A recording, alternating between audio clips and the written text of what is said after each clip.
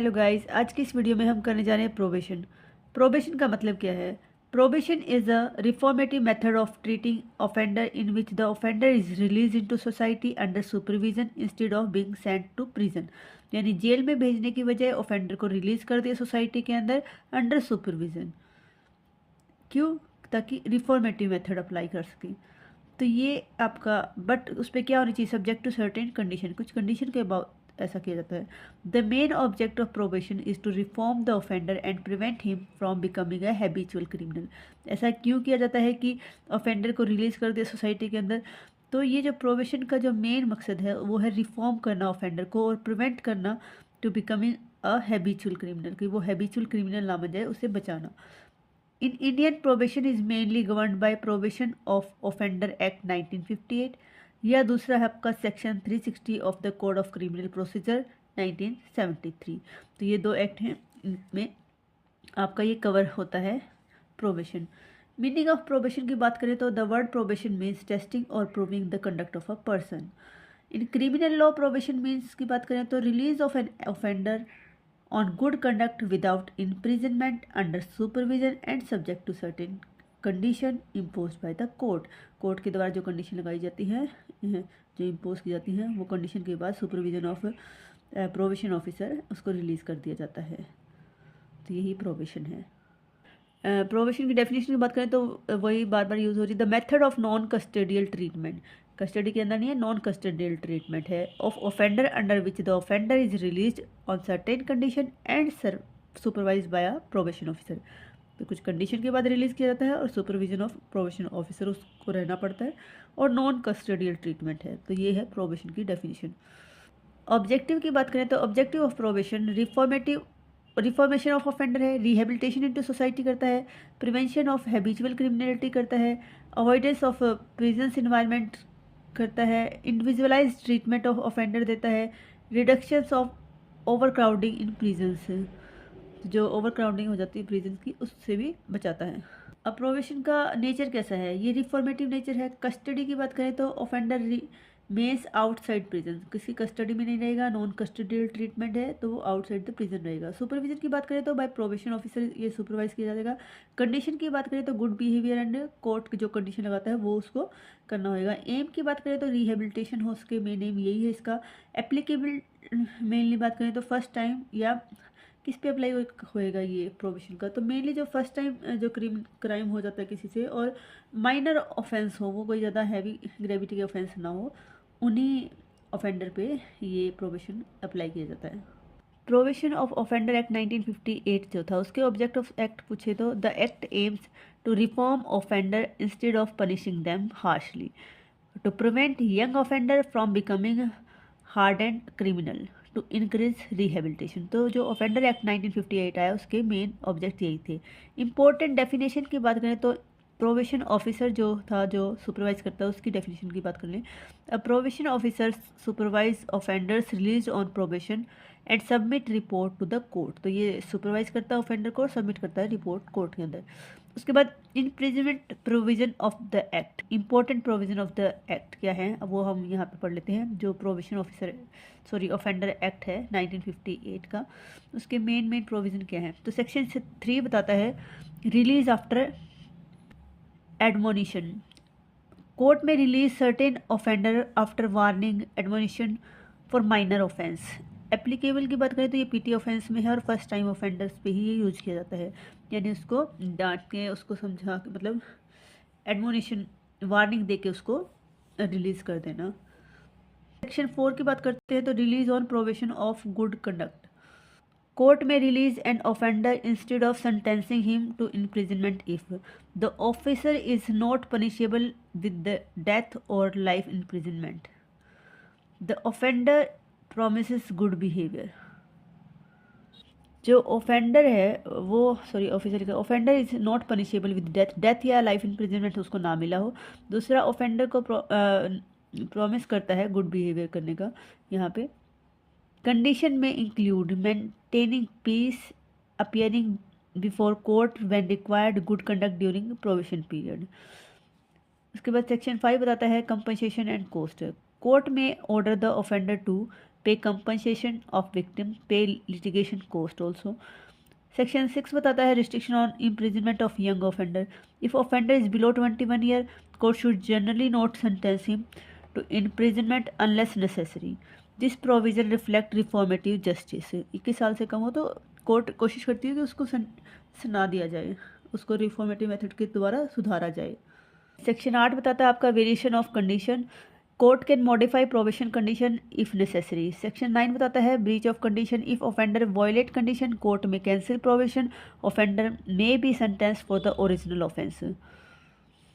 उसके बाद सेक्शन 12 बताता है removal of disqualification. A person released on provision does not suffer disqualification attached to conviction. Disqualification from employment may be avoided. Role of probation officer की बात करें तो function यहाँ पे क्या है, investigate background of offender, submit report to court, supervise offender, help rehabilitation, ensure compliance with conditions. तो ये आपके प्रोबेशन ऑफिसर के रोल हैं। उसको इन्वेस्टिगेट करना पड़ेगा, उसके बैकग्राउंड को सबमिट करनी पड़ेगी रिपोर्ट कोर्ट के अंदर, सुपरवाइज करना पड़ेगा, हेल्प करनी होगी उसकी रिहेबिलिटेशन में, और इंश्योर करना पड़ेगा जो कंडीशंस हैं उनका कंप्लायंस हो रहा है या नहीं। अगर यहाँ पे डिफरेंस की बात करें प्रोबेशन और प्रोल में, तो बेसिक डिफरेंस यहाँ पे है। स्टेज की बात करें तो ये आपका इम्प्रिजमेंट के प्रोबेशन जो है वो बिफोर इम्प्रिजमेंट होता है, प्रोल आफ्टर इम्प्रिजमेंट होता है। नेचर की बात करें तो ये ऑल्टरनेटिव टू पनिशमेंट है, पनिशमेंट की जगह ये दे सकते हैं। टेम्परेरी रिलीज होता है जबकि प्रोल फ्रॉम प्रिजन से। सुपरविजन की बात करें तो यहाँ पे प्रोबेशन ऑफिसर आपका सुपरवाइज करता है प्रोबेशन में, और वहाँ पे प्रिजन्स अथॉरिटी जो होती है वो सुपरवाइज करती है। ऑब्जेक्टिव की बात करें तो ये रिफॉर्मेटिव है, और ये वो पैरोल क्या है, टेम्परेरी रिलीफ है। एप्लीकेबिलिटी की बात करें तो ऑफेंडर नॉट येट इम्प्रिजनमेंट, यहाँ पे कन्विक्टेड प्रिजनर्स पे जो अप्लाई होता है।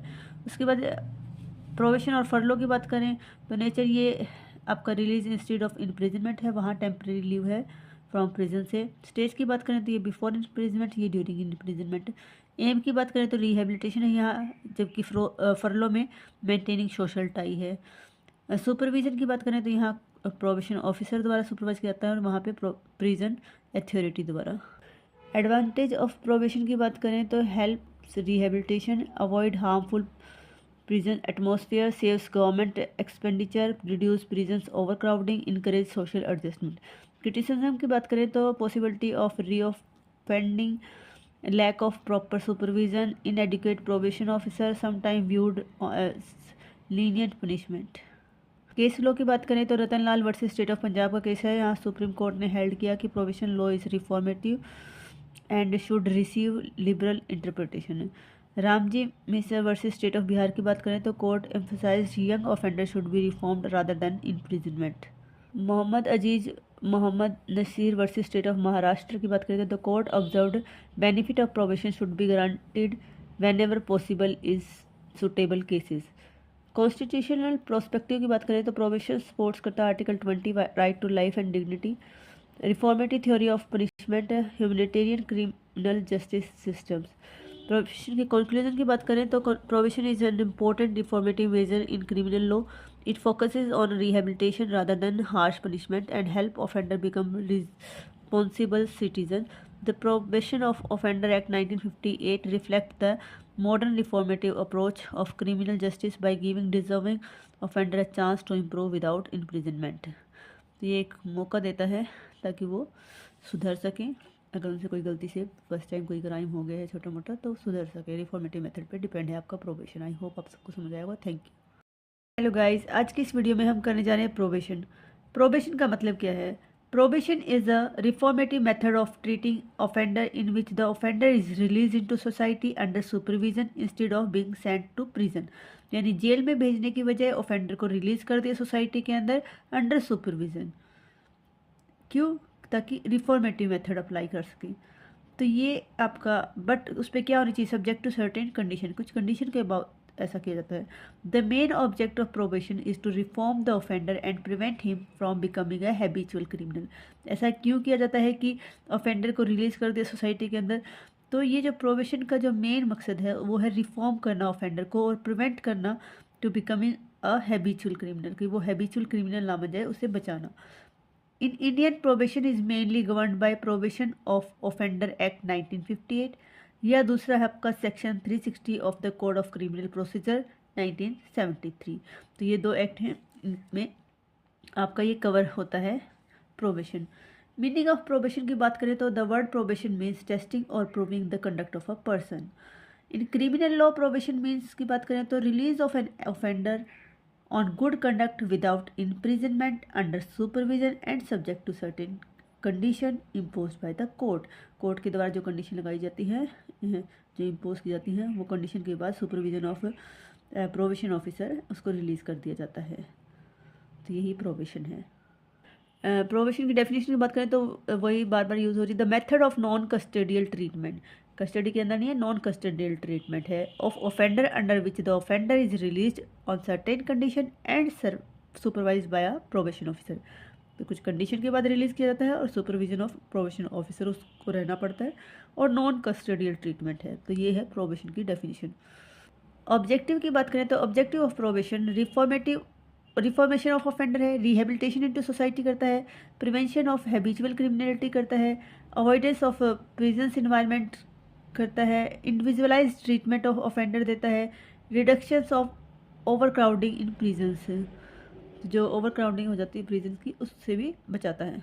अब प्रोबेशन का नेचर कैसा है, ये रिफॉर्मेटिव नेचर है। कस्टडी की बात करें तो ऑफेंडर मेंस आउटसाइड प्रिजन, किसी कस्टडी में नहीं रहेगा, नॉन कस्टडियल ट्रीटमेंट है तो वो आउटसाइड द प्रिजन रहेगा। सुपरविजन की बात करें तो बाय प्रोबेशन ऑफिसर ये सुपरवाइज किया जाएगा। कंडीशन की बात करें तो गुड बिहेवियर एंड कोर्ट जो कंडीशन लगाता है वो उसको करना होगा। एम की बात करें तो रिहेबिलिटेशन हो सके, मेन एम यही है इसका। एप्लीकेबल मेनली बात करें तो फर्स्ट टाइम या किस पे अप्लाई होएगा ये प्रोबेशन का, तो मेनली जो फर्स्ट टाइम जो क्राइम हो जाता है किसी से और माइनर ऑफेंस हो, वो कोई ज़्यादा हैवी ग्रेविटी के ऑफेंस ना हो, उन्हीं ऑफेंडर पे ये प्रोबेशन अप्लाई किया जाता है। प्रोबेशन ऑफ ऑफेंडर एक्ट 1958 जो था उसके ऑब्जेक्ट ऑफ एक्ट पूछे तो the act aims to reform offender instead of punishing them harshly, to prevent young offender from becoming hardened criminal, to increase rehabilitation. तो जो ऑफेंडर एक्ट 1958 आया उसके main object यही थे। इंपॉर्टेंट डेफिनेशन की बात करें तो प्रोबेशन ऑफिसर जो था, जो सुपरवाइज करता है, उसकी डेफिनेशन की बात कर लें। Probation officer supervise offenders release on probation and submit report to the court. तो ये सुपरवाइज करता है ऑफेंडर को और सबमिट करता है रिपोर्ट कोर्ट के अंदर। उसके बाद imprisonment provision of the act, important provision of the act क्या है अब वो हम यहाँ पे पढ़ लेते हैं। जो प्रोबेशन ऑफिसर ऑफेंडर एक्ट है 1958 का, उसके मेन प्रोविजन क्या है। तो सेक्शन 3 बताता है रिलीज आफ्टर एडमोनिशन, कोर्ट में release certain offender after warning admonition for minor offence. Applicable की बात करें तो ये पीटी ऑफेंस में है और फर्स्ट टाइम ऑफेंडर्स पे ही ये यूज किया जाता है, यानी उसको डांट के, उसको समझा के, मतलब एडमोनिशन वार्निंग दे के उसको रिलीज कर देना। सेक्शन 4 की बात करते हैं तो release on probation of good conduct, court में release an offender instead of sentencing him to imprisonment if the officer is not punishable with the death or life imprisonment, the offender promises good behavior। जो offender है वो officer का offender is not punishable with death या life imprisonment उसको ना मिला हो। दूसरा ऑफेंडर को प्रॉमिस करता है गुड बिहेवियर करने का। यहाँ पे कंडीशन में include maintaining peace, appearing before court when required, good conduct during probation period. उसके बाद सेक्शन 5 बताता है कंपनसेशन एंड कॉस्ट, कोर्ट में order the offender to pay compensation of victim, pay litigation cost also.